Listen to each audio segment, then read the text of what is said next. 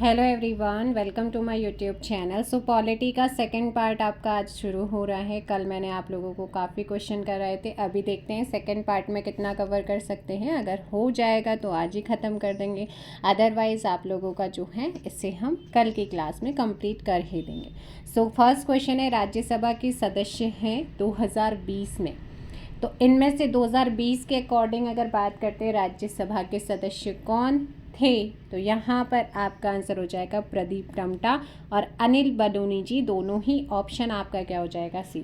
फटाफट कमेंट कीजिएगा कि हमारी राज्यसभा की, हमारे उत्तराखंड में 3 सीटें हैं, लोकसभा की 5 हैं। कल आपको कराए थे, 5 सदस्यों के नाम भी बताए थे और मैंने कहा था कमेंट बॉक्स में राज्यसभा के सदस्य कौन हैं करंट में ज़रूर कमेंट कीजिए।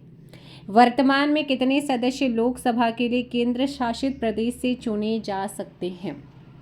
तो वर्तमान में केंद्र शासित प्रदेशों से जो है कितने सदस्य चुने जा सकते हैं? सो यहाँ पर आपका आंसर हो जाएगा 20। कितने?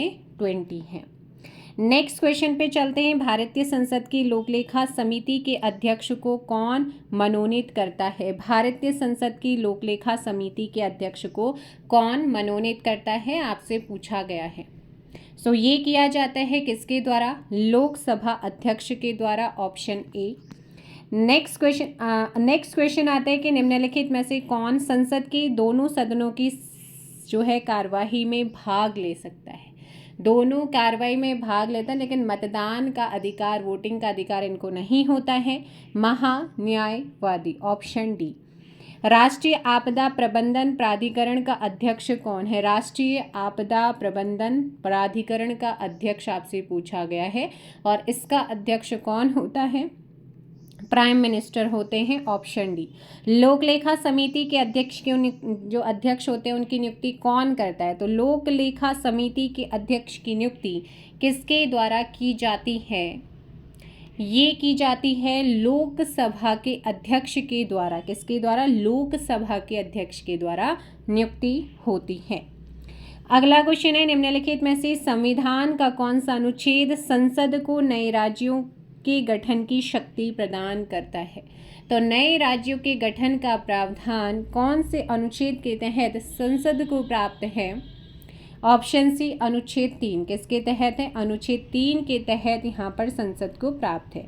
भारत के कौन से राष्ट्रपति निर्दलीय चुने गए थे? भारत के वो कौन से राष्ट्रपति हैं जो निर्दलीय चुने गए थे और एकमात्र राष्ट्रपति जो निर्विरोध निर्दलीय चुने गए थे 1977 में हुए राष्ट्रपति चुनाव में? सो यहाँ पर डॉक्टर नीलम संजीवा रेड्डी, ऑप्शन हो जाएगा सी, छठी राष्ट्रपति नीलम संजीव रेड्डी। निम्नलिखित में से कौन संसद के दोनों सदनों की संयुक्त बैठक की अध्यक्षता करेगा? तो यहाँ पर भारतीय संविधान के अनुसार यदि संसद के दोनों सदनों, लोकसभा और राज्यसभा की संयुक्त बैठक बुलाता कौन है? राष्ट्रपति के द्वारा बुलाई जाती है। और वहीं अध्यक्षता कौन करेगा? तो लोकसभा के अध्यक्ष के द्वारा की जाती है, ऑप्शन डी। कंफ्यूज नहीं होना है। दोनों सदनों की बैठक बुलाता कौन है, आह्वान कौन करता है? राष्ट्रपति करते हैं, लेकिन अध्यक्षता यहाँ पर लोकसभा का अध्यक्ष करता है। यदि लोकसभा का अध्यक्ष उपस्थित नहीं है तो ये जिम्मेदारी उपाध्यक्ष को जो है वो दी जाती है, ऑप्शन डी। राज्य के राज्यपाल की नियुक्ति किसके द्वारा की जाती है? राज्य का राज्यपाल किसके द्वारा नियुक्त किया जाता है? भारत के राष्ट्रपति के द्वारा। आर्टिकल 155 कहता है कि राज्य के राज्यपाल की नियुक्ति राष्ट्रपति द्वारा होगी। राष्ट्रपति इस नियुक्ति में प्रधानमंत्री और केंद्रीय मंत्रिमंडल की सलाह पर करते हैं और 2 राज्यों के लिए 1 से अधिक राज्यपाल अपॉइंट हो सकते हैं, राष्ट्रपति, ऑप्शन डी। नेक्स्ट क्वेश्चन, निम्नलिखित में से संसदीय शासन प्रणाली का कौन सा गुण नहीं है? तो इनमें से कौन संसदीय शासन प्रणाली का एक गुण नहीं है, आपसे पूछा गया है। देखिएगा, उत्तरदायी सरकार भी है, कार्यपालिका तथा विधायिका में सहयोग भी है, लचीली, हमारे यहाँ का लचीला और कठोर दोनों ही तरीके का है ना। तो यहाँ पर ऑप्शन बी, तानाशाही, मंत्री की तानाशाही का भय, ये संसदीय शासन प्रणाली का गुण नहीं है। कार्यपालिका विधायिका के प्रति उत्तरदायी होती है। कार्यपालिका और विधायिका में घनिष्ठ संबंध होता है क्योंकि कार्यपालिका विधायिका द्वारा चुनी जाती है। संसदीय प्रणाली लचीली है क्योंकि सरकार द्वारा बहुमत खोने पर सरकार को इस्तीफा देना पड़ता है, लेकिन किसी मंत्री की तानाशाही का भय संसदीय प्रणाली का गुण नहीं है। तो यहाँ पर ऑप्शन क्या हो जाएगा? बी करेक्ट आंसर होगा। नेक्स्ट क्वेश्चन, संविधान के किस अनुच्छेद के तहत भारत के किसी राज्य में राष्ट्रपति शासन लगाया जाता है? तो यहाँ पर राष्ट्रपति शासन जो प्रेसिडेंट रूल होता है वो लगता है आर्टिकल 356 के तहत। किसके तहत लगता है? 356 के तहत किसी भी राज्य में संवैधानिक तंत्र विफल होने पर वहाँ राष्ट्रपति शासन लगाया जाता है, जिसे प्रेसिडेंट रूल या राज्य आपातकाल कहते हैं या राष्ट्रपति शासन कहते हैं। आर्टिकल 360 के तहत वित्तीय आपातकाल से रिलेटेड अभी तक हमारे यहाँ पर एक भी बार नहीं लगा है। नेक्स्ट आते भारतीय संसद किस सिद्धांत पर कार्य करती है? हमारी जो संसद है वो किस सिद्धांत पर वर्क करती है? तो हमारे यहाँ पर द्विसदनीय विधानमंडल, ऑप्शन क्या हो जाएगा यहाँ पर? सी। भारतीय संसद देश की विधान पालिका का सर्वोच्च निकाय, ये द्विसदनीय विधानमंडल, इसमें राष्ट्रपति तथा 2 सदन लोकसभा और राज्यसभा होते हैं। लोकसभा को निम्न सदन लोअर हाउस, राज्यसभा को अपर हाउस यानी कि उच्च सदन कहा जाता है। भारत के संविधान में अवशिष्ट शक्तियाँ किसको दी गई हैं? इम्पोर्टेंट क्वेश्चन, बहुत बार एग्जाम्स में पूछा जाता है। तो यहाँ पर जो अवशिष्ट शक्तियाँ दी जाती हैं वो केंद्र सरकार को दी जाती हैं, केंद्र को। भारतीय संविधान का आर्टिकल 248 के अंतर्गत केंद्र को उन विषयों पर कानून बनाने का अधिकार है जिनका जिक्र संघ सूची, राज्य सूची और समवर्ती सूची में नहीं है। इन्हें अवशिष्ट शक्ति कहते हैं, जिसे कनाडा के संविधान से अडॉप्ट किया गया है, लिया गया है। भारतीय संसद में सम्मिलित हैं। तो भारत की जो संसद है आर्टिकल 79 के तहत संसद राष्ट्रपति, लोकसभा और राज्यसभा से मिलकर बनती है। राष्ट्रपति की संसद के कामकाज में महत्वपूर्ण भूमिका होती है, जैसे विधेयकों को स्वीकृति देना, संसद का सत्र बुलाना, भंग करना। इसीलिए इन तीनों घटकों का समावेशी निकाय माना जाता है। ऑप्शन बी लोकसभा, राज्यसभा और राष्ट्रपति से मिलकर संसद बनती है। राष्ट्रपति अपना त्यागपत्र किसे संबोधित करते हुए देते हैं? अगर राष्ट्रपति को अपना त्यागपत्र देता है आर्टिकल 56 क्लॉज 1 ए के तहत भारत का राष्ट्रपति अपना त्यागपत्र उपराष्ट्रपति को संबोधित करता है। भारतीय संविधान में अनुच्छेद 52 से 63 के तहत क्रमशः राष्ट्रपति उपराष्ट्रपति के पदों का जो है उल्लेख किया गया है। लोकसभा में मान्यता प्राप्त विपक्षी दल होने के लिए कुल सीटों का कितना प्रतिशत सीट जीतना आपका जीत होनी चाहिए?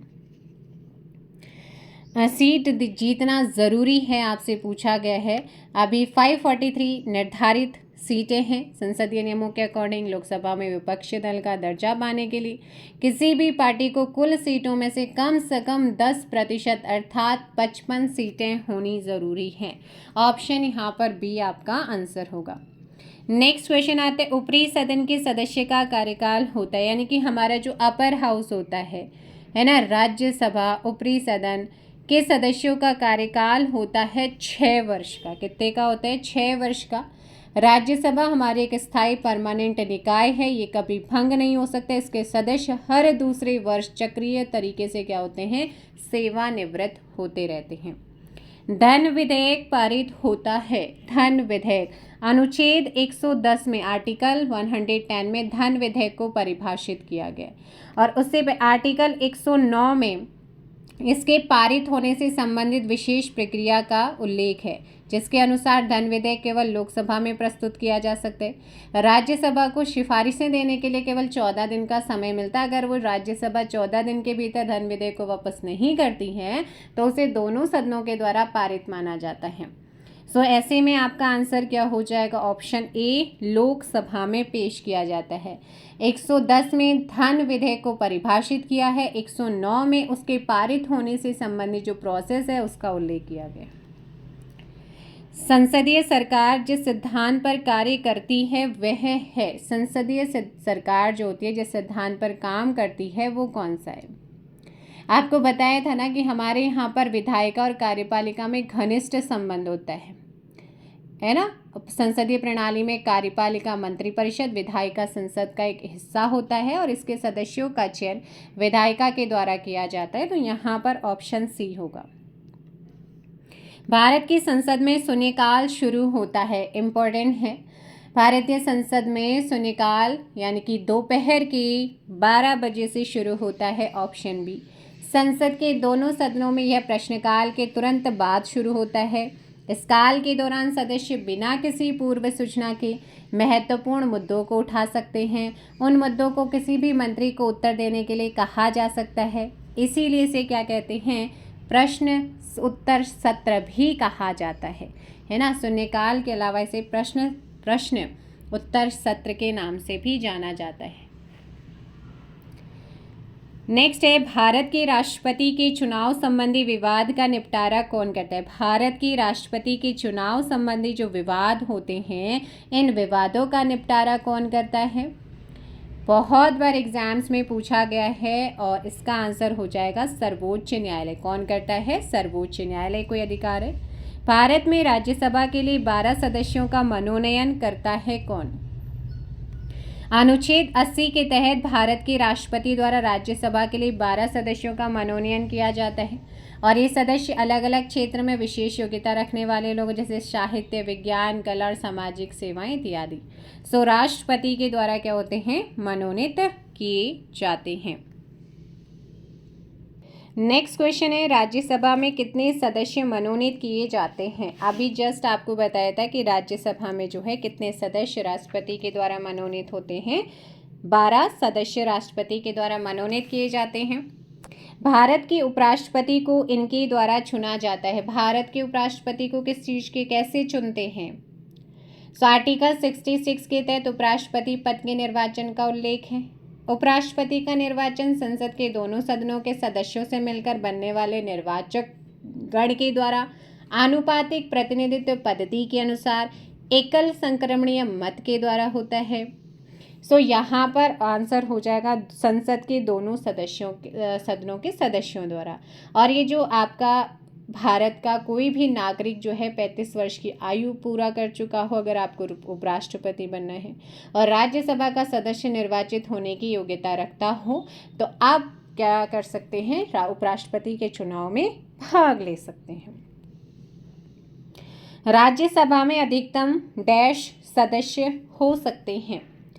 सो राज्यसभा में आर्टिकल 80 का क्लॉज फर्स्ट के तहत राज्यसभा में अधिक से अधिक कितने 250 यानी कि 250 सदस्य हो सकते हैं। इसमें 238 सदस्य राज्य और संघ राज्य क्षेत्रों से और 12 सदस्य राष्ट्रपति द्वारा चुने मनोनीत किए जाते हैं। सो इनमें से कोई नहीं, ऑप्शन डी है। राष्ट्रपति शासन लागू किया जाता है। राष्ट्रपति शासन लागू होता है तो ये लागू होता है आपका 356 के अंतर्गत, ऑप्शन सी। और राष्ट्रपति शासन की अवधि 6 माह से अधिक नहीं हो सकती है। नेक्स्ट क्वेश्चन है आपका, यदि भारत के राष्ट्रपति उपराष्ट्रपति दोनों त्यागपत्र दे तो ऐसी स्थिति में राष्ट्रपति के रूप में कौन कार्य करेगा।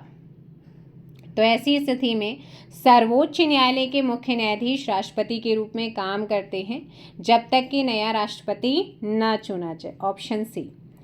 लोकसभा के प्रथम अध्यक्ष कौन थे। लोकसभा के प्रथम अध्यक्ष 15 मई 1952 से 27 फरवरी 1956 तक रहे। इन्हें दादा साहेब मावलंकर के नाम से भी जानते हैं। वैसे इनका नाम है गणेश वासुदेव मावलंकर यानी कि जीवी मावलंकर। मंत्रिपरिषद संयुक्त रूप से उत्तरदायी होती है। मंत्रिपरिषद संयुक्त रूप से उत्तरदायी होती है किसके प्रति, कई बार एग्जाम्स में पूछा जा चुका है। क्वेश्चन नंबर 30, अनुच्छेद 75 क्लॉज 3 के तहत मंत्रिपरिषद सामूहिक रूप से लोकसभा के प्रति जो है वो उत्तरदायी होती है। इनमें से कोई नहीं, किसके प्रति होती है, लोकसभा के। भारत की केंद्रीय मंत्रिपरिषद किसके प्रति उत्तरदायी होती है। भारत की जो केंद्रीय मंत्रिपरिषद होती है वो किसके प्रति उत्तरदायी होती है, आपसे पूछा गया है। तो ये आपका लोकसभा, ऑप्शन क्या हो जाएगा यहाँ पर, डी, ऑप्शन डी। निम्नलिखित में से भारत की राष्ट्रपति का कौन सा संवैधानिक विशेषाधिकार नहीं है? तो राष्ट्रपति का कौन सा संवैधानिक विशेषाधिकार नहीं है? साधारण विधेयक को पुनर्विचार हेतु वापस लौटा भी सकते हैं, बिल्कुल। लोकसभा भंग करते हैं, राज्यसभा का अधिवेशन बिल्कुल कर सकते हैं, लेकिन धन विधेयक को पुनर्विचार हेतु वापस नहीं लौटा सकते हैं। राष्ट्रपति के संवैधानिक अधिकार के दायरे में नहीं आता है, क्योंकि धन विधेयक को अनुच्छेद 110 में परिभाषित किया गया है और 109 में उसके विशेष प्रावधान है। राष्ट्रपति की पूर्व अनुमति से ही केवल लोकसभा में प्रस्तुत किया जा सकता है, क्योंकि ये पहले राष्ट्रपति के बाद जाता है, फिर लोकसभा में आता है। लोकसभा से पारित होने के बाद राज्यसभा में प्रस्तुत होता है, जहाँ की सहमति और असहमति नगण्य होती है, मतलब उसकी कोई वैल्यू नहीं। 14 दिन के अंदर जो है लौटाते हैं तब भी ठीक है, नहीं लौटाते तब भी वो पास माना जाता है, पुनर्विचार के लिए नहीं दिया जा सकता। लोकसभा में स्पीकर का वोट कहलाता है, तो स्पीकर का जो वोट होता है वो क्या कहलाता है?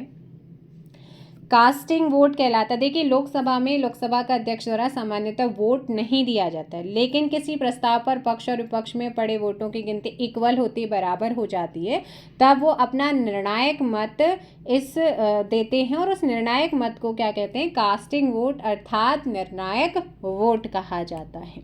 ठीक है। अगला क्वेश्चन है, यदि राष्ट्रपति का पद किन्हीं कारणों से रिक्त हो जाता है तो इसे कितनी समय सीमा के अंदर भरा जाना आवश्यक है? सो इसे जो है 6 माह के अंदर क्या करा, इसे फिल करना ज़रूरी होता है। संसद का अधिनियम किस नाम से जाना जाता है? संसद का अधिनियम जो होता है वो किस नाम से जाना जाता है? संसद के अधिनियम को विधेयक के नाम से जानते हैं, विधेयक को बिल भी कहते हैं। विधेयक के प्रस्ताव होता है जिसे विधि का स्वरूप देना होता है। सदन या सदनों से पारित होने और राष्ट्रपति के हस्ताक्षर होने के बाद इसे अधिनियम अथवा एक्ट कहा जाता है। सो यहाँ पर ऑप्शन हो जाएगा ए। नेक्स्ट क्वेश्चन है, निम्नलिखित में से किस राष्ट्रपति को निर्विरोध चुना गया था? फिर से क्वेश्चन पूछा गया है, तो यहाँ पर आ जाएंगे डॉक्टर नीलम संजीव रेड्डी। ऑप्शन आपका डी। कौन हो जाएंगे? डॉक्टर नीलम संजीवा रेड्डी। पहले गैर कांग्रेसी राष्ट्रपति, भारत के एकमात्र निर्विरोध चुने जाने वाले राष्ट्रपति हैं। भारतीय संसद में सम्मिलित हैं। भारतीय संसद में क्या शामिल है? अभी थोड़ी देर पहले कराया था। ऑप्शन आपका डी हो जाएगा, लोकसभा, राज्यसभा, राष्ट्रपति।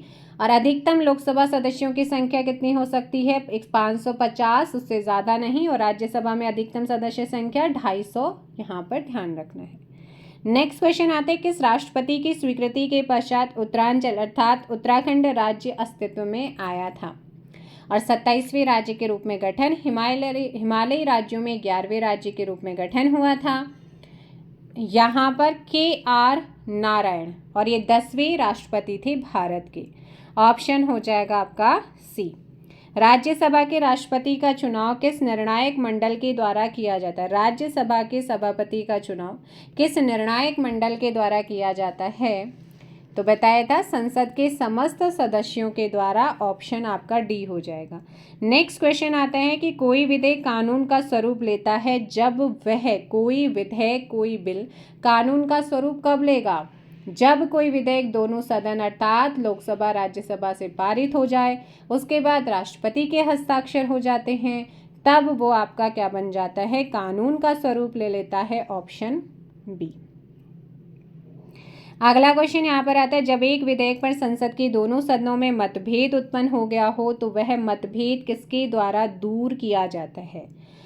जब एक विधेयक पर संसद के दोनों सदनों में मतभेद उत्पन्न हो जाता है तब उसको खत्म करने के लिए जो है आर्टिकल अनुच्छेद 108 के तहत जो है संयुक्त अधिवेशन बुलाया जाता है संसद का, और इस प्रावधान के तहत लोकसभा से पारित किसी विधेयक को राज्यसभा की मंजूरी न मिलने की स्थिति में संयुक्त बैठक के द्वारा उसे पारित किया जाता है, और इसकी अध्यक्षता लोकसभा का अध्यक्ष करता है। संसद के संयुक्त बैठक का प्रावधान ऑस्ट्रेलिया के संविधान से लिया गया है। सो ऑप्शन क्या हो जाएगा? ए। नेक्स्ट क्वेश्चन आता है कि राज्यसभा का पदेन सभापति कौन होता है? राज्यसभा का पदेन सभापति कौन होता है? ये होते हैं उपराष्ट्रपति। कौन होता है? उपराष्ट्रपति। Option B. नेक्स्ट क्वेश्चन है कि लोकसभा की मीटिंग चलाए रखने के लिए गणपूर्ति होती है क्या? अनुच्छेद 100 के अनुसार लोकसभा की बैठक के लिए कुल सदस्यों का 1/10 सदस्य या 1/10 भाग उपस्थित होना आवश्यक होता है। निम्नलिखित में से कौन भारत के राज्यों की सीमा परिवर्तित करने के लिए प्राधिकार रखता है? तो सीमाओं के नाम, नए राज्यों के निर्माण, उनके पुनर्गठन, नाम बदलने के लिए कानून बना सकते हैं। कौन बना सकते हैं? अनुच्छेद 3 के तहत संसद को अधिकार है। भारत की संसद के संयुक्त अधिवेशन की अध्यक्षता कौन करता है? मैंने कहा संयुक्त सेशन राष्ट्रपति बुलाता है, लेकिन उसकी अध्यक्षता की बात करते हैं तो वो आपका लोकसभा का अध्यक्ष करता है। अगर ये नहीं है तो फिर लोकसभा का उपाध्यक्ष करेगा। भारतीय संसद की लोकलेखा समिति के अध्यक्ष का नामांकन निम्नलिखित में से कौन करता है? तो नामांकन का यहाँ पर कौन करेगा? लोकसभा अध्यक्ष करता है। आप सभी जानते हैं कि इस समिति में कुल 22 सदस्य होते हैं। ये भी बहुत इंपॉर्टेंट है। 15 लोकसभा से, 7 राज्यसभा से, और इस समिति का अध्यक्ष परंपरागत रूप से विपक्षी दल का सदस्य होता है। भारतीय संविधान का अनुच्छेद 249 किसके अधिकारों से संबंधित है? 249 किसके अधिकारों से संबंधित है? राज्यसभा, ऑप्शन बी यहाँ पर ध्यान रखिए, जिसके तहत यदि राज्यसभा को ये लगता है कि राज्य सूची के विषय पर संसद को कानून बनाने की आवश्यकता है तो वह विशेष प्रस्ताव पारित कर सकती है और इस प्रस्ताव को राज्यसभा के कुल सदस्यों के कम से कम 2/3 बहुमत से पारित करना होता है। नेक्स्ट क्वेश्चन, लोकसभा के अध्यक्ष का निम्नलिखित में से कौन सा एक कार्य होता है? देखो, लोकसभा के अध्यक्ष के द्वारा कौन कौन से काम किए जाते हैं? लोकसभा का विघटन होता है, लोकसभा का स्थगन होता है, लोकसभा का सत्रावसान होता है। ऐसे में सारे के सारे काम किए जाते हैं। Option D. भारतीय संविधान के निम्नलिखित अनुच्छेदों में से कौन संसद तथा राज्य विधान पालिकाओं की विधायन शक्ति पर नियंत्रण लगाता है? ये लगाता है आर्टिकल 245। कौन लगाता है? 245। और वहीं आर्टिकल 246 की बात करते हैं तो केंद्र और राज्यों के मध्य विधायन शक्तियों के वितरण को स्पष्ट करता है। क्या करता है? स्पष्ट करता है।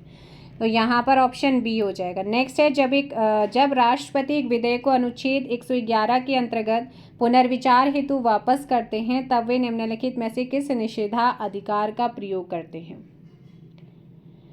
तो उस समय वो प्रयोग कर रहे हैं निलंबित निषेधाधिकार का। किसका कर रहे हैं? निलंबित निषेधाधिकार। इस निलंबन का प्रभाव इतना है कि लौटाए जाने का प्रभाव सिर्फ निलंबन है, क्योंकि संसद द्वारा पुनः पारित किए जाने पर राष्ट्रपति अनुमति देने के लिए फिर बाध्य होता है। निम्न में से कौन एक कथन सही नहीं है? कौन सा एक कथन सही नहीं है? भारत का राष्ट्रपति राज्यसभा को विघटित कर सकता है? क्योंकि नहीं कर सकता है, क्योंकि राज्यसभा एक स्थायी सदन है और इसे विघटित नहीं किया जा सकता है। राष्ट्रपति केवल लोकसभा को विघटित कर सकते हैं। यहाँ पर ऑप्शन ए होगा, क्योंकि राज्यसभा स्थायी सदन है हमारा। नेक्स्ट है, उपराष्ट्रपति के चुनाव हेतु निर्वाचक मंडल में शामिल हैं या सम्मिलित हैं? तो निर्वाचक मंडल में कौन शामिल होता है? उपराष्ट्रपति के चुनाव हेतु संसद के निर्वाचित, मनोनीत दोनों ही प्रकार के सदस्य, यानी कि सभी सदस्य। Option C. नेक्स्ट क्वेश्चन आता है, निम्नलिखित में से कौन भारत के उप प्रधानमंत्री बने? उप प्रधानमंत्री कौन कौन बने हैं? देखिएगा, मोरारजी देसाई भी बने थे, जगजीवन राम भी बने हैं, और यहाँ पर अगर बात करते हैं YV रेड्डी की बात करते हैं, ये भी बने हैं। YV चौहान है ना, YV चौहान भी बने हैं, और चंद्रशेखर भी बने हैं। क्या नहीं बने? चरण सिंह बने हैं। यहाँ पर क्या हो जाएगा? 1 2 3 5 ऑप्शन डी, क्योंकि चंद्रशेखर नहीं बने थे। Option D. नेक्स्ट आता है, निम्न में से कौन राष्ट्रपति के निर्वाचन के लिए बनने वाले निर्वाचक मंडल का भाग नहीं है?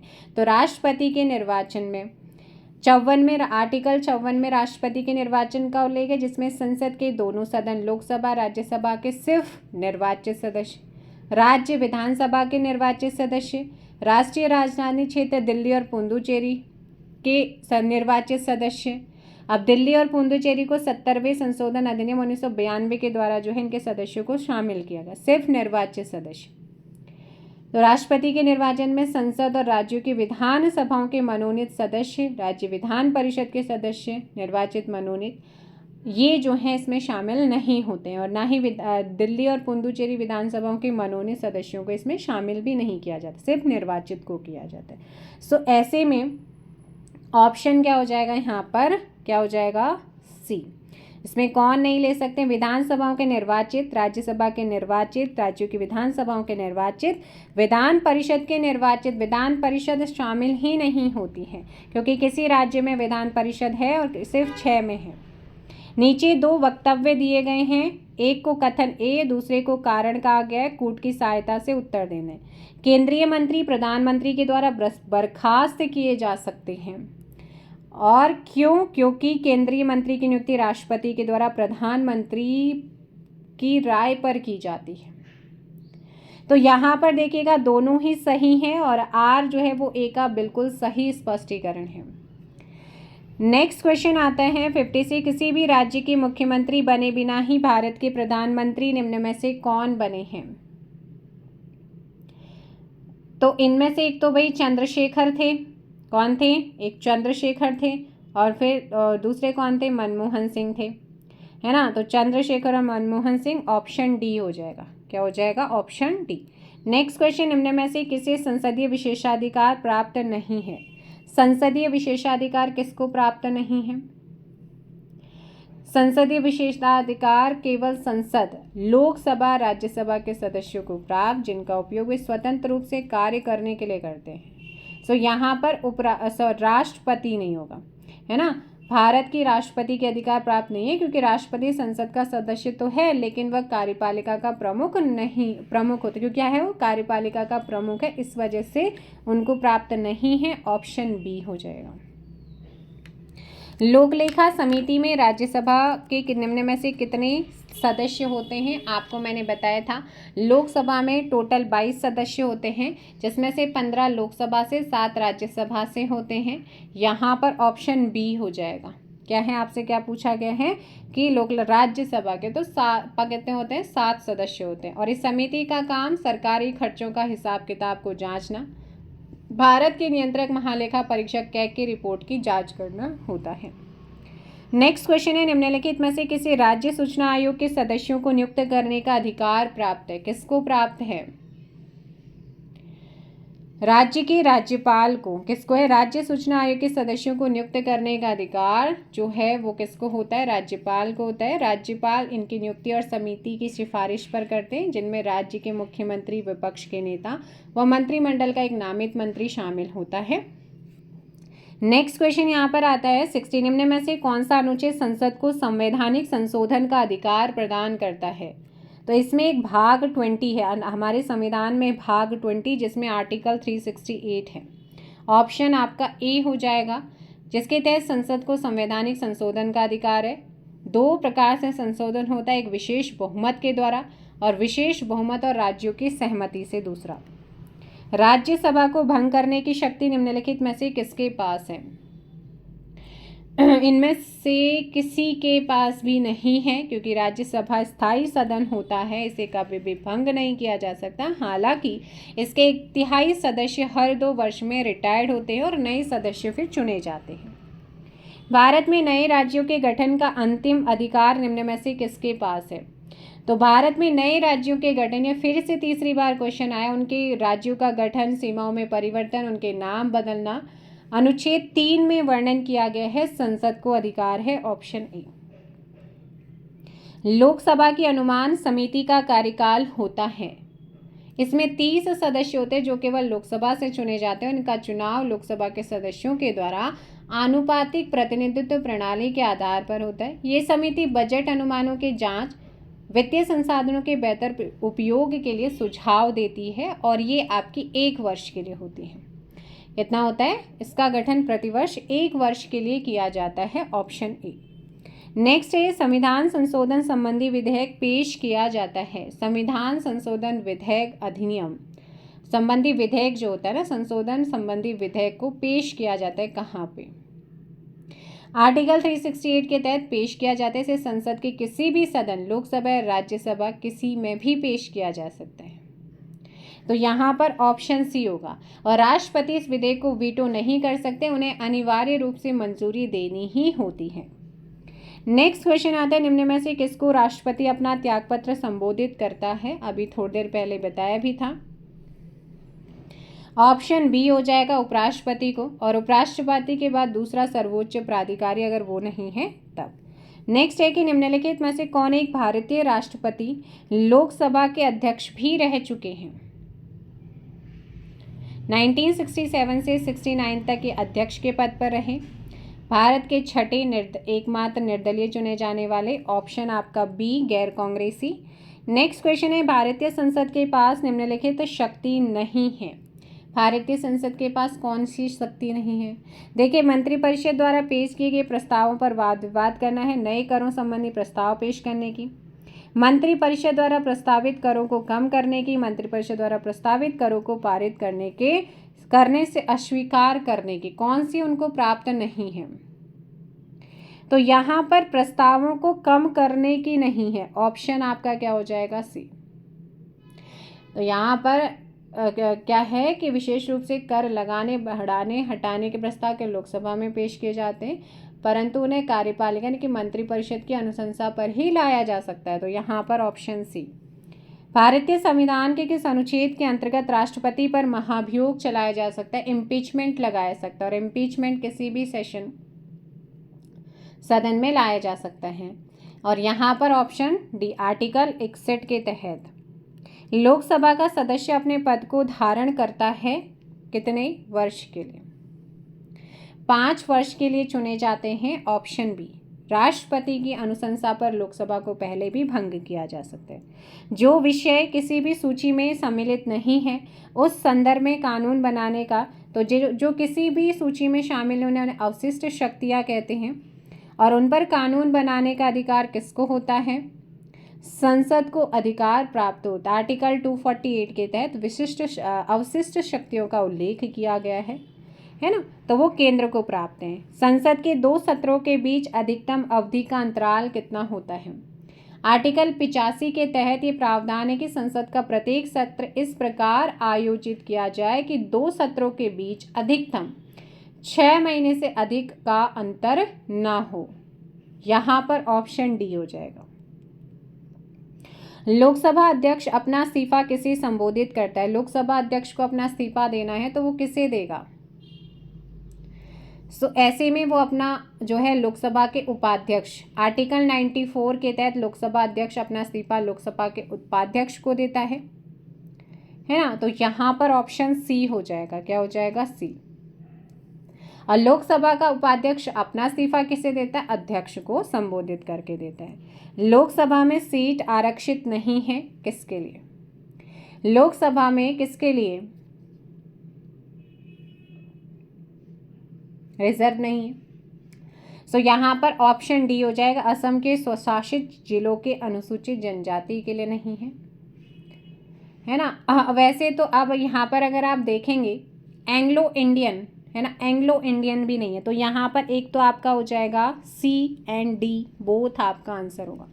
क्योंकि पहले थे 2 सीटें लोकसभा में हुआ करती थी एंग्लो इंडियन की, और विधानसभा में 1 सीट हुआ करती थी। लेकिन 104वें संविधान संशोधन अधिनियम 2019 के बाद एंग्लो इंडियन समुदाय के लिए लोकसभा और राज्य विधानसभाओं में नामांकन द्वारा आरक्षित सीटों का प्रावधान समाप्त हो गया।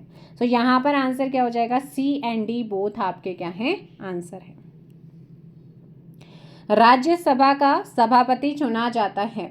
राज्यसभा का सभापति चुना जाता है सदन के सभी सदस्यों के द्वारा। ऑप्शन यहाँ पर डी हो जाएगा। आर्टिकल 66 के तहत चुनाव का प्रावधान। राष्ट्रपति के विरुद्ध महाभियोग आरंभ किया जा सकता है। आर्टिकल 61 के अनुसार जो है, अगर राष्ट्रपति संविधान का उल्लंघन करते हैं तो उन पर राष्ट्रपति के ऊपर महाभियोग का प्रस्ताव लाया जाता है, और ये प्रस्ताव संसद के किसी भी सदन, लोकसभा या राज्यसभा में से किसी एक में कभी भी लाया जा सकता है। और इस प्रस्ताव को दोनों सदनों में विशेष बहुमत, कुल सदस्यों का 2/3 से प्रस्ताव पारित होने पर राष्ट्रपति को उसके पद से हटाया जा सकता है। यानी कि आंसर क्या हो जाएगा आप लोगों का? यहाँ पर ऑप्शन ए हो जाएगा। चलिए नेक्स्ट क्वेश्चन है, प्रधानमंत्री डैश किया जाता है। तो देखो भाई, प्रधानमंत्री को जो नियुक्ति की जाती है वो किसके द्वारा? आर्टिकल 75 के अनुसार, आर्टिकल 75 के अकॉर्डिंग राष्ट्रपति उस व्यक्ति को प्रधानमंत्री नियुक्त करता है जो लोकसभा में बहुमत दल का नेता होता है, राष्ट्रपति के द्वारा। भारत में प्रथम उपराष्ट्रपति कौन थे? भारत के पहले उपराष्ट्रपति, इन्होंने भारत के दूसरे राष्ट्रपति के रूप में भी काम किया है। 5 सितंबर को देश में राष्ट्रीय शिक्षक दिवस मनाते हैं। Doctor Sarvepalli Radhakrishnan, option B हो जाएगा। प्रधानमंत्री के लिए अनुच्छेद कौन सा है? प्रधानमंत्री के लिए अनुच्छेद है कौन सा?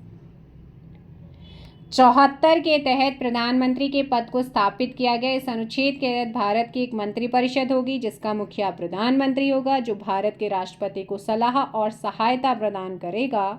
इनमें से कोई नहीं, क्योंकि आर्टिकल 74 में है। जून 2014 के पूर्व होने वाले लोकसभा का क्रम कौन सा था? तो वो थे आपके 15वीं लोकसभा चल रही थी, ठीक है। तो 2009 से 14 तक, फिर जून 2014 से आपकी 19 तक चली थी 16वीं, और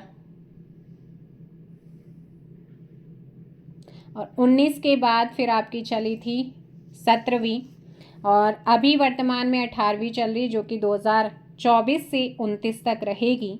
सो ये आपकी 14 से पूर्व कौन सी थी अगर आपसे पूछता है तो वो 15वीं थी।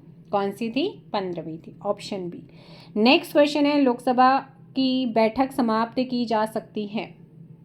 तो लोकसभा की बैठक को अगर मैं बात करती हूँ स्थगन, बैठक को अस्थायी रूप से समाप्त किया जा सकता है, अर्थात संसद की अगली बैठक निर्धारित समय से शुरू होगी, यानी कि स्थगन भी है।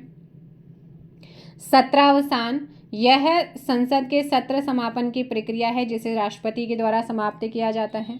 विघटन, यह प्रक्रिया केवल लोकसभा में होती है क्योंकि लोकसभा का कार्यकाल पूरा होने पर यह स्वयं विघटित हो जाती है, यानी कि सभी के सभी लोकसभा विकल्प क्या है? विघटित हो सकते हैं। सो यहाँ पर ऑप्शन डी हो जाएगा। क्या है? ऑप्शन डी, स्थगन, विघटन और सत्रावसान। नेक्स्ट आता है यहाँ पर 81, प्रथम लोकसभा अध्यक्ष कौन थे? प्रथम उपाध्यक्ष की बात करते हैं, श्री अनंत श्यानंग अयंगर पहले क्या थे? उपाध्यक्ष, ऑप्शन बी। और पहले अध्यक्ष की बात करते हैं, गणेश वासुदेव मावलंकर थे, और लोकसभा की पहली महिला अध्यक्ष मीरा कुमार थी। राष्ट्रपति लोकसभा भंग कर सकते हैं कब? राष्ट्रपति लोकसभा को भंग कर सकते हैं प्रधानमंत्री की सलाह पर। किसकी? प्रधानमंत्री की सलाह पर। भारतीय संसद में एक तारांकित प्रश्न के लिए आवश्यक है, एक तारांकित प्रश्न के लिए आवश्यक है। तारांकित प्रश्न क्या होता है? तो तारांकित प्रश्न वह प्रश्न होता है जिसका सदस्य सभा में मौखिक उत्तर चाहता है और पहचान के लिए उस पर तारांक बना रहता है। जब प्रश्न का उत्तर मौखिक होता है तो उस पर अनुपूरक प्रश्न पूछे जा सकते हैं। तो मौखिक उत्तर के लिए एक दिन में केवल 20 प्रश्नों को सूचीबद्ध किया जा सकता है, ऑप्शन ए हो जाएगा। संसदात्मक व्यवस्था की मुख्य विशेषताएं क्या हैं? वास्तविक व नाममात्र की कार्यपालिका और व्यवस्था जो आपकी व्यवस्थापिका उसमें अभिन्न संबंध है। लोकसभा के प्रति सामूहिक उत्तरदायित्व, द्विसदनीय विधायिका है, गोपनीयता है, दोहरी सदस्यता है, बहुमत प्राप्त दल का शासन है। तो यहाँ पर आ जाएगा नाममात्र व वास्तविक कार्यपालिका में अंतर। ऑप्शन क्या हो जाएगा यहाँ पर? फर्स्ट करेक्ट आंसर होगा। नेक्स्ट क्वेश्चन पे चलते हैं। 85, अनुसूचित जनजातियों के लिए आरक्षित सीटों में से किस राज्य को लोकसभा में सर्वाधिक सीटें प्राप्त हैं? तो सर्वाधिक सीटों की बात करते हैं अनुसूचित जनजाति में। मध्य प्रदेश में देखो भाई, यहाँ पर 5 और टोटल है 29 अनुसूचित की, और उड़ीसा में भी आपकी 5 है, टोटल है 21। छत्तीसगढ़ में आपकी 4 हैं, और झारखंड में आपकी 5 है। तो भाई फिर ये आपका क्या हो रहा है क्वेश्चन, तो आंसर एक भी नहीं होगा, इनमें से कोई नहीं आएगा। और आई होप सो कि आयोग ने इस आंसर को डिलीट किया होगा। अनुसूचित जाति पूछ रहा है ना, अनुसूचित जातियों के लिए टोटल कितनी है 29, जिसमें से अनुसूचित जनजाति मध्य प्रदेश में 5 है। ऐसे कुल ओडिशा में 21 है और उसमें से 5 आपके अनुसूचित हैं। ऐसे छत्तीसगढ़ में टोटल 11, जिसमें से 4 इनके लिए एसटी के लिए हैं। ऐसे झारखंड में टोटल तो 14 लेकिन एसटी के लिए 5 हैं। तो यहाँ पर सर्वाधिक सीटों वाला में से इनमें से कोई नहीं, क्योंकि 3 हैं सर्वाधिक वाले। फिर निम्न में से लघु विधायिका किसे कहते हैं? लघु विधायिका क्या है? जो संसदीय समितियां होती हैं उनको कहा जाता है, क्योंकि विधायिका के सदस्यों का एक छोटा ग्रुप होता है जो विशेष विषयों पर विचार और निर्णय लेने के लिए गठित किए जाते हैं। और ये समितियां अलग अलग मुद्दों पर गहन विश्लेषण करती हैं, चर्चाएं करती हैं और रिपोर्ट के माध्यम से सदन को सलाह एडवाइस देती हैं, यानी कि ऑप्शन सी हो जाएगा। नेक्स्ट है, केंद्र तथा राज्य में मंत्रिपरिषद के सदस्यों की संख्या क्रमशः लोकसभा एवं विधानसभा के कुल सदस्यों की संख्या के अनुपात में कितने प्रतिशत होनी चाहिए? तो ये 15% से ज़्यादा नहीं होनी चाहिए। प्रावधान संविधान में 91वां संविधान संशोधन अधिनियम 2003 के द्वारा क्या किया गया था? जोड़ा गया था। कितनी नहीं होनी चाहिए? 15% से ज़्यादा नहीं होनी चाहिए, ऑप्शन बी। संविधान का कौन सा अनुच्छेद संसद के दोनों सदनों के विशेषाधिकारों को परिभाषित करता है? तो 105 आर्टिकल 105 संसद के दोनों सदन लोकसभा राज्यसभा के विशेषाधिकार, जैसे उनके भाषण और कार्यों के लिए दी गई सुरक्षा, सदन के भीतर अनुशासन बनाए रखने का उल्लेख करता है। और ये विशेषाधिकार उन्हें संसद की कार्रवाई में उनके द्वारा किए गए कार्यों के लिए कानूनी कार्रवाई से सुरक्षा प्रदान करता है। सो यहाँ पर ऑप्शन सी हो जाएगा। नेक्स्ट है कि लोकसभा व विधानसभा में मतदान हेतु मतदाता आयु घटाकर 21 वर्ष से 18 वर्ष कब की गई? इम्पॉर्टेंट है, पूछा जाता है। तो ये 61वें संविधान संशोधन 1988 के तहत किया गया था। नेक्स्ट क्वेश्चन आता है 890 कि भारत में निम्न में से कौन यह निर्णय करता है कि कोई विधेयक धन विधेयक है या नहीं है? तो अनुच्छेद 110 में जो है धन विधेयक के संबंध में कहा गया है, उसके पारित होने का प्रोसेस 109 में है। लोकसभा का अध्यक्ष ये निर्णय लेता है।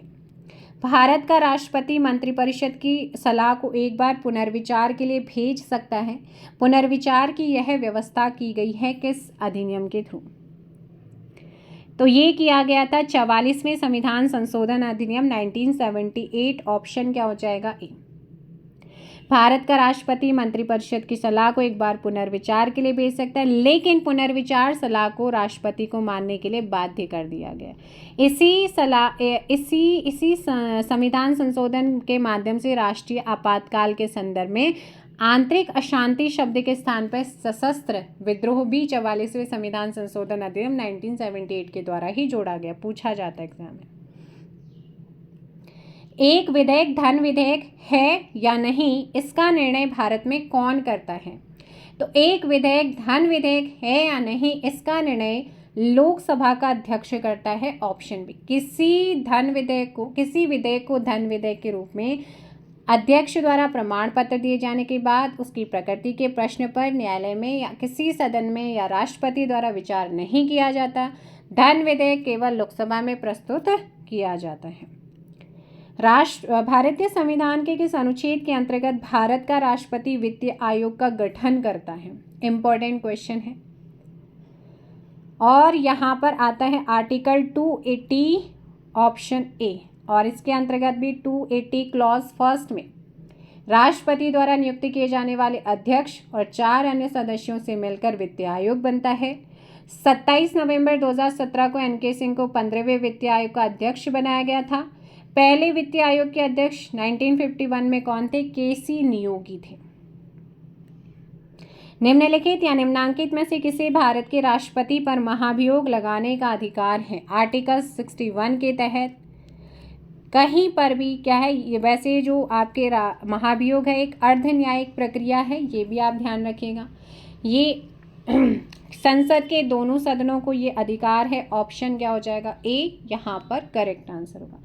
तो एक बार जल्दी से वीडियो को लाइक और शेयर कर दो। चैनल पर नए, चैनल को सब्सक्राइब कर दीजिएगा तो संसद वगैरह से रिलेटेड आपके क्वेश्चन इंपॉर्टेंट जो आए, जो पूछे गए थे 24 के एग्ज़ाम तक, वो आप लोगों को करा दिए गए हैं। अब चलते हैं भारत के सर्वोच्च न्यायालय सुप्रीम कोर्ट से रिगार्डिंग जो है कौन कौन से क्वेश्चन पूछे गए हैं उनको यहाँ पर करने वाले हैं। सो आंसर दीजिएगा कि याचिका विलेख राइट्स यानी कि रिट्स जारी किए जाते हैं, रिट्स जारी किए जाते हैं, याचिका विलेख, तो इनको हाई कोर्ट और सुप्रीम कोर्ट के द्वारा, सुप्रीम कोर्ट जो है यहाँ पर 226, सुप्रीम कोर्ट 32 के तहत करता है, अनुच्छेद 32 में इसका प्रावधान है, और इसके 226 के तहत हाई कोर्ट। ऑप्शन डी हो जाएगा। नेक्स्ट है, निम्न में से किस आधार या किन आधारों पर उत्प्रेषण रिट जारी की जाती है? किस आधार या किन आधारों पर उत्प्रेषण रिट को जारी किया जाता है?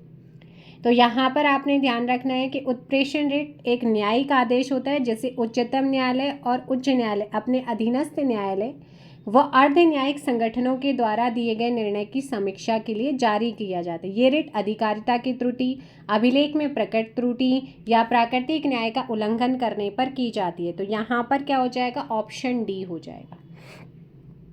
अगला क्वेश्चन है कि निम्न में कौन भारत के राष्ट्रपति के चुनाव में उत्पन्न विवादों का निर्णय करता है?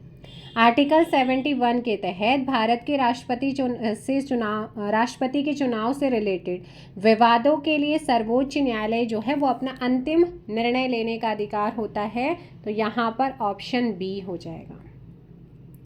बंदी प्रत्यक्षीकरण लेख जारी किया जाता है, जो बंदी प्रत्यक्षीकरण लेख होता है उसे कौन जारी करता है? आर्टिकल 32 के तहत सुप्रीम कोर्ट, आर्टिकल 226 के तहत हाई कोर्ट जो है। बंदी प्रत्यक्षीकरण लेख जो होता है वो किसी व्यक्ति को न्यायालय के समक्ष पेश करने के लिए जारी किया जाता है। ये व्यक्तिगत स्वतंत्रता के लिए महत्वपूर्ण याचिका मानी जाती है। उनमें से एक है जिसे भारतीय संविधान के अनुच्छेद 32 के तहत सुप्रीम कोर्ट तथा अनुच्छेद 226 के तहत हाई कोर्ट द्वारा जारी किया जाता है। इस याचिका का मुख्य उद्देश्य गैर कानूनी कारणों के गिरफ्तार किसी व्यक्ति को रिहाई दिलाना है। सो यहाँ पर है व्यक्ति को न्यायालय के सामने प्रस्तुत करना। सर्वोच्च न्यायालय के मुख्य न्यायाधीश की नियुक्ति की जाती है। तो सर्वोच्च न्यायालय के मुख्य न्यायाधीश की नियुक्ति की जाती किसके द्वारा? आर्टिकल 124 क्लॉज 2, 124 का जो क्लॉज 2 है उसके तहत भारत के मुख्य न्यायाधीश की नियुक्ति राष्ट्रपति के द्वारा की जाती है। किसके द्वारा? राष्ट्रपति। यह नियुक्ति राष्ट्रपति उच्चतम न्यायालय तथा उच्च न्यायालय के न्यायाधीशों के परामर्श से ही करते हैं। मूल अधिकारों के प्रवर्तन हेतु रिट जारी की जा सकती है। मूल अधिकारों के प्रवर्तन हेतु रिट सर्वोच्च न्यायालय और उच्च न्यायालय, सुप्रीम कोर्ट और हाई कोर्ट के द्वारा जो है जारी की जा सकती है। निम्न में से किस देश में न्यायिक समीक्षा व्यवस्था प्रणाली है? तो ये भारत और अमेरिका दोनों में ही है। ऑप्शन क्या हो जाएगा आप लोगों का यहाँ पर? डी। नेक्स्ट क्वेश्चन है, विधिज्ञ यानी कि बार से प्रत्यक्ष सुप्रीम कोर्ट में न्यायाधीश का पद ग्रहण करने वाली प्रथम भारतीय महिला अधिवक्ता कौन थी? सो इनका नाम है इंदु मल्होत्रा। ऑप्शन क्या हो जाएगा आपका? सी, ऑप्शन सी। भारत उत्तराखंड के मुख्य न्यायाधीश जो भारत के मुख्य न्यायाधीश भी बने हैं, सो इनका नाम है न्यायमूर्ति एस.एच. कपाड़िया। कौन है? न्यायमूर्ति एस.एच. कपाड़िया। किस आयु तक सर्वोच्च न्यायालय के न्यायाधीश कार्य कर सकते हैं?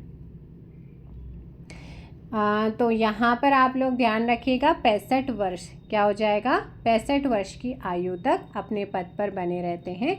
नेक्स्ट क्वेश्चन आता है यहाँ पर कि उच्चतम न्यायालय दिल्ली के अतिरिक्त अन्य स्थानों पर किसके अनुमोदन पर बैठ सकता है? राष्ट्रपति के अनुमोदन पर। Option D. रिट्स कौन जारी करता है? जो रिट्स हैं इसे कौन जारी करता है? तो रिट्स जारी होती आर्टिकल 32 के तहत सुप्रीम कोर्ट, आर्टिकल 226 के तहत हाई कोर्ट आ जाता है। सो दोनों ही करते हैं। Option D.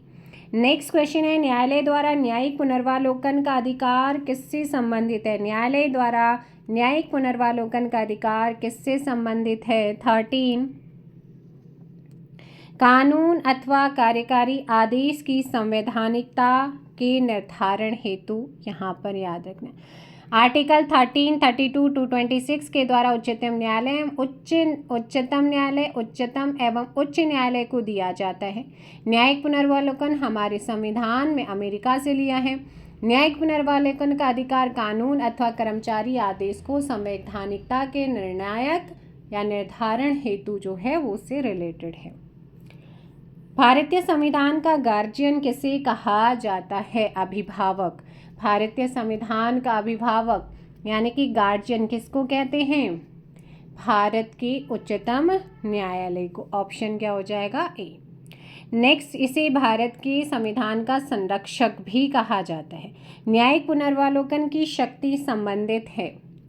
न्यायिक पुनर्विलोकन का सिद्धांत अमेरिका से लिया है और इस संविधान के विरुद्ध होने पर संसद के कानून को असंवैधानिक घोषित करना है।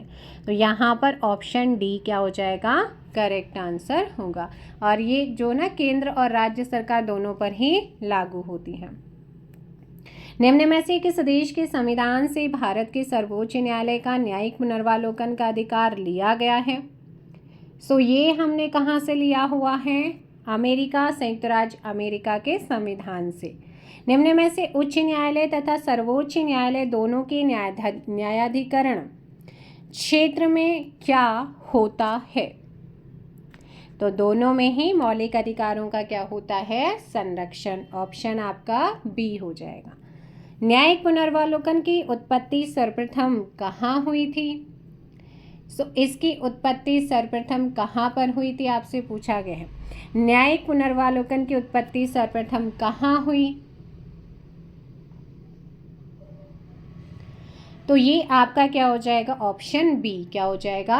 ऑप्शन बी यहाँ पर करेक्ट आंसर होगा। न्यायिक पुनर्वलोकन से तात्पर्य है न्यायालय की उस कानून शक्ति से जिस शक्ति के बल पर वह विधायिका द्वारा बनाए गए कानूनों है ना कानून कार्यपालिका के द्वारा जारी किए आदेश और प्रशासन द्वारा किए गए कार्यों की जांच करती है, वह मूल ढांचे के अनुरूप है या नहीं है ना। जो काम किए गए हैं उनकी जांच करके ये बताती है कि इसके अनुरूप है या नहीं है। और सबसे पहले उत्पत्ति कहाँ से हुई है? अमेरिका, और अमेरिका के संविधान से ही हमारे संविधान में अडॉप्ट किए गए। उच्चतम न्यायालय का न्यायाधीश सेवानिवृत्त होता है। तो सेवानिवृत्ति से संबंधित प्रावधान है 65 वर्ष।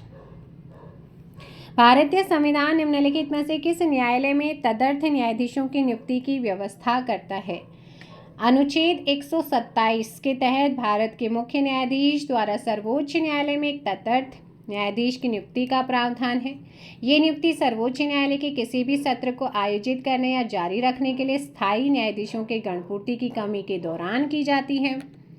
यहाँ पर आ जाएगा आपका ऑप्शन ए, जिला एवं सत्र सर्वोच्च न्यायालय। क्या आ जाएगा? सर्वोच्च न्यायालय में आपका मुख्य न्यायाधीश के द्वारा सर्वोच्च न्यायालय में आपका ऑप्शन ए।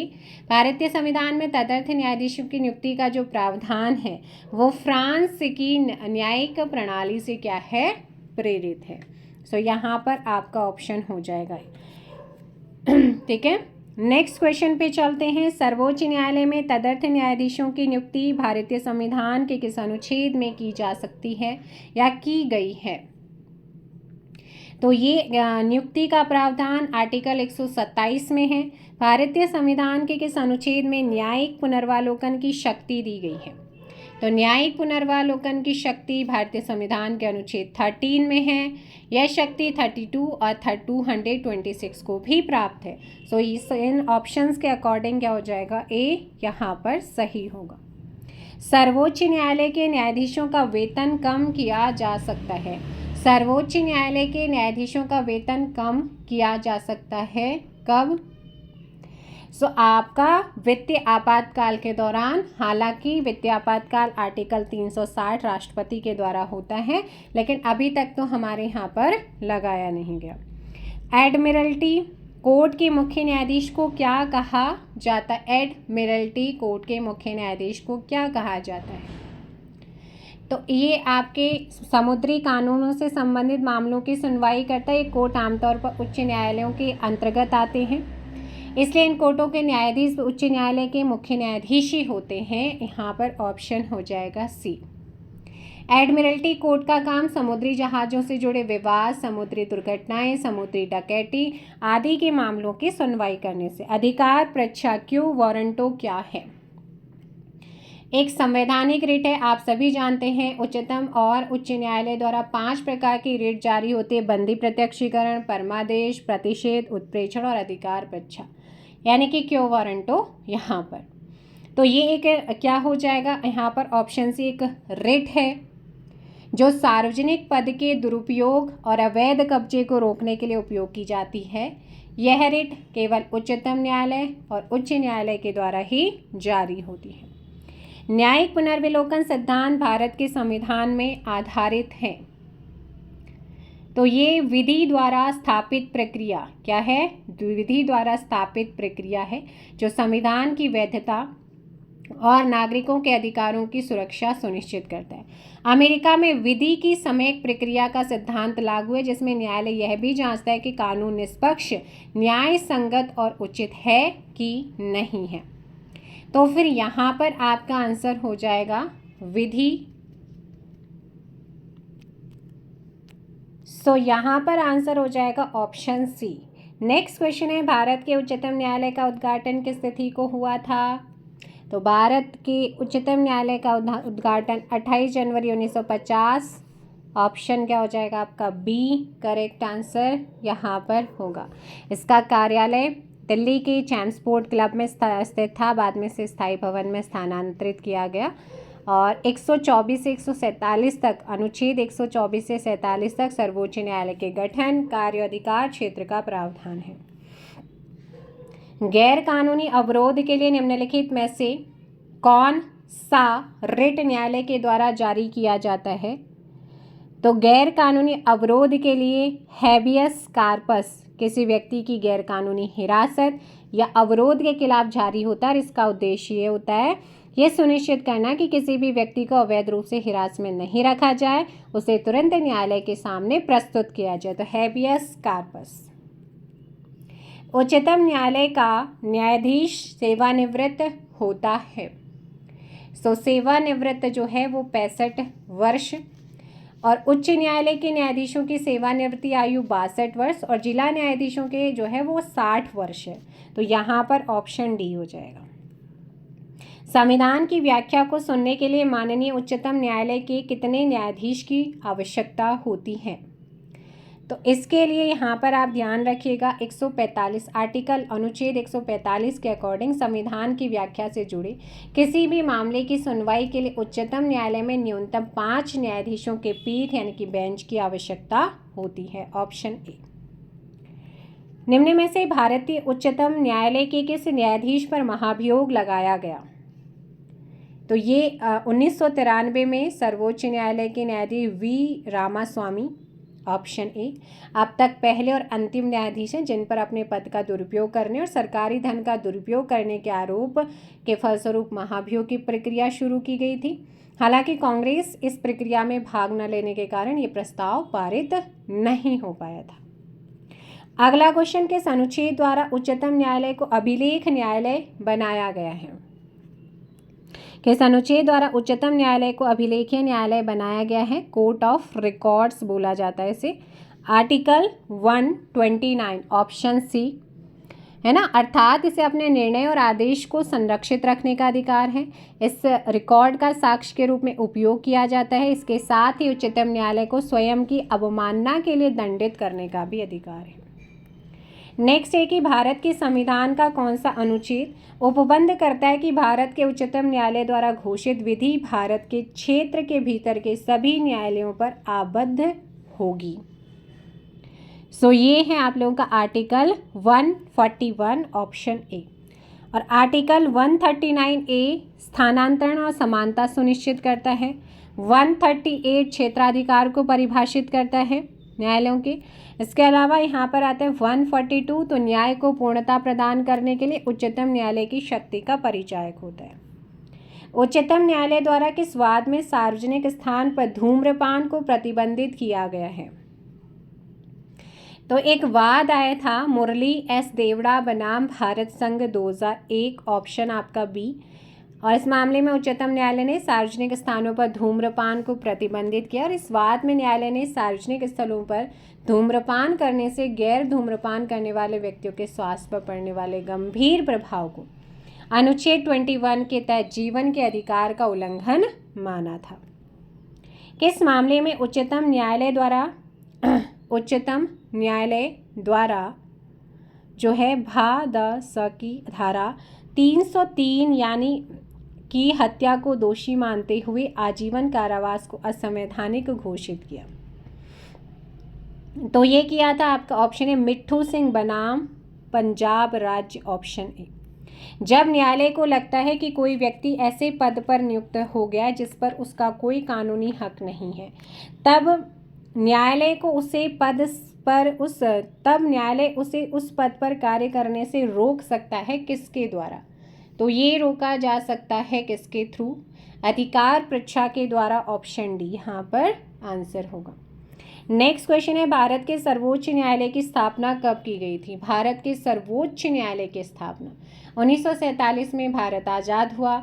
26 जनवरी 1950 को संविधान लागू हुआ। साथ ही भारत का सर्वोच्च न्यायालय भी अस्तित्व में, और इसकी पहली बैठक 28 जनवरी 1950 को हुई थी। और यहाँ पर ऑप्शन डी क्या हो जाएगा? अब हाल ही अस्तित्व में आया था, लेकिन पहली बैठक 28 जनवरी को हुई थी। सो ऑप्शन डी के साथ जाएंगे। भारतीय संविधान के किस अनुच्छेद में न्यायिक पुनर्वालोकन की शक्ति दी गई है? न्यायिक पुनर्वालोकन article 13, option A. Next question आता है, भारतीय संविधान का नागरिकता से संबंधित भाग कौन सा है? अनुच्छेद 5 से 11 तक हमारे नागरिकता से संबंधित अनुच्छेद जुड़े हुए हैं। भाग 2 सेकंड यहाँ पर आता है। निम्न में से नागरिकता संबंधी प्रावधान भारतीय संविधान में विद्यमान है। कहाँ पर विद्यमान है? भाग 2 आर्टिकल 5 से 6, 5 से 11, यानी कि आपका ऑप्शन डी हो जाएगा। क्या हो जाएगा? Option D.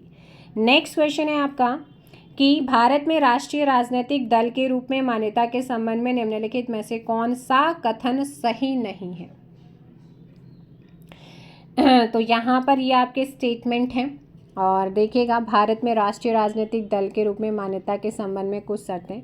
4 या अधिक राज्यों में स्टेट पार्टी के रूप में मान्यता प्राप्त हो, कम से कम 3 राज्यों से कम 2% लोकसभा सीट जीतना, और पिछले लोकसभा या विधानसभा चुनाव में किन्हीं 4 या अधिक राज्यों में 6% वैध वोट हासिल करना, किसी भी राज्य में 4 लोकसभा सीटें जीतना, है ना। तो यहाँ पर अगर देखेंगे तो 4 या अधिक राज्यों में स्टेट पार्टी के रूप में मान्यता प्राप्त हो, है ना, कम से कम 3 राज्यों से कम 2% सीटें यहाँ पर जीती हों, पिछले लोकसभा या विधानसभा चुनाव में से किसी 2 या अधिक राज्यों में 4% वोट क्या है? वैध वोट। तो मैंने कहा है कि किन्हीं 4 या अधिक राज्यों में 6%, तो यहाँ पर ये गलत हो जाता है, बाकी ये वाला सही है। यानी कि गलत आपसे पूछा है कि कौन सा कथन गलत है, ऑप्शन सी यहाँ पर गलत है। अब अगला क्वेश्चन है आपका कि अगर किसी जनजाति को अनुसूचित जनजाति की सूची से हटाना है, किससे उसका अधिकार प्राप्त है? तो यहाँ पर वैसे भारतीय संविधान का अनुच्छेद 342 के तहत किसी जनजाति को अनुसूचित जनजाति की श्रेणी से हटाने या शामिल करने का अधिकार संसद को होता है ना। तो इसी अनुच्छेद के तहत राष्ट्रपति राज्य सरकार और संबंधित संस्थाओं से प्राप्त सिफारिशों के आधार पर एक सार्वजनिक अधिसूचना के माध्यम से घोषित करते हैं कि राज्य या केंद्र शासित प्रदेशों से कौन सी जनजाति अनुसूचित जनजाति मानी जाएगी। तो यहाँ पर आपका ए और जो डी है वो दोनों ही सही है ना। ए और डी क्या है? दोनों ही सही, और आयोग ने इसे डिलीट किया था। ऑप्शन आपका ए एंड डी बोथ हो जाएगा। अनुसूचित जनजाति के लिए राज्य विधानसभा में कितनी सीट आरक्षित है? बताइए। भारतीय संविधान के अनुच्छेद 332 के तहत राज्य विधानसभाओं में अनुसूचित जनजातियों के लिए आरक्षित सीटों की संख्या राज्य की जनसंख्या में उनकी जनसंख्या के अनुपात पर निर्भर करती है। ये सीटें जनसंख्या विशेष पर निर्भर करती हैं। ऑप्शन डी हो जाएगा। अनुसूचित जाति एवं जनजाति से संबंधित अधिनियम पारित हुआ था, तो ये अधिनियम आपका 1989 में पारित हुआ। Option A. राष्ट्रीय अनुसूचित आयोग द्वारा अपनी वार्षिक रिपोर्ट निम्न में से किसे प्रस्तुत की जाती है? आर्टिकल 338 के तहत राष्ट्रीय अनुसूचित जाति आयोग का प्रावधान है जो अनुसूचित जाति के लोगों के अधिकार और कल्याण की सुरक्षा करता है। ये अपनी वार्षिक रिपोर्ट सीधे राष्ट्रपति को यहाँ पर क्या करते हैं? प्रस्तुत। इसके बाद राष्ट्रपति इस रिपोर्ट को संसद के दोनों सदनों के सामने रखते हैं। ठीक है, तो ये आप लोगों ने ध्यान रखना है। सो फिलहाल आज भी आपका कंप्लीट नहीं हो पाएगा, कल ही इसको कंप्लीट करेंगे। कल की क्लास में फाइनल 3rd पार्ट में पॉलिटी आपका कल ही ख़त्म हो पाएगा। आज की क्लास में फ़िलहाल इतना ही। मिलते हैं कल पंचायती राज के साथ। अगर यहाँ पर जितने मैंने आपको टॉपिक कराए हैं इसमें किसी भी क्वेश्चन में आपको कोई डाउट रहता है तो आप कमेंट करके क्वेश्चन नंबर आप मुझे बता सकते हैं। Thank you so much. जय हिंद, जय भारत, जय उत्तराखंड, जय देवभूमि।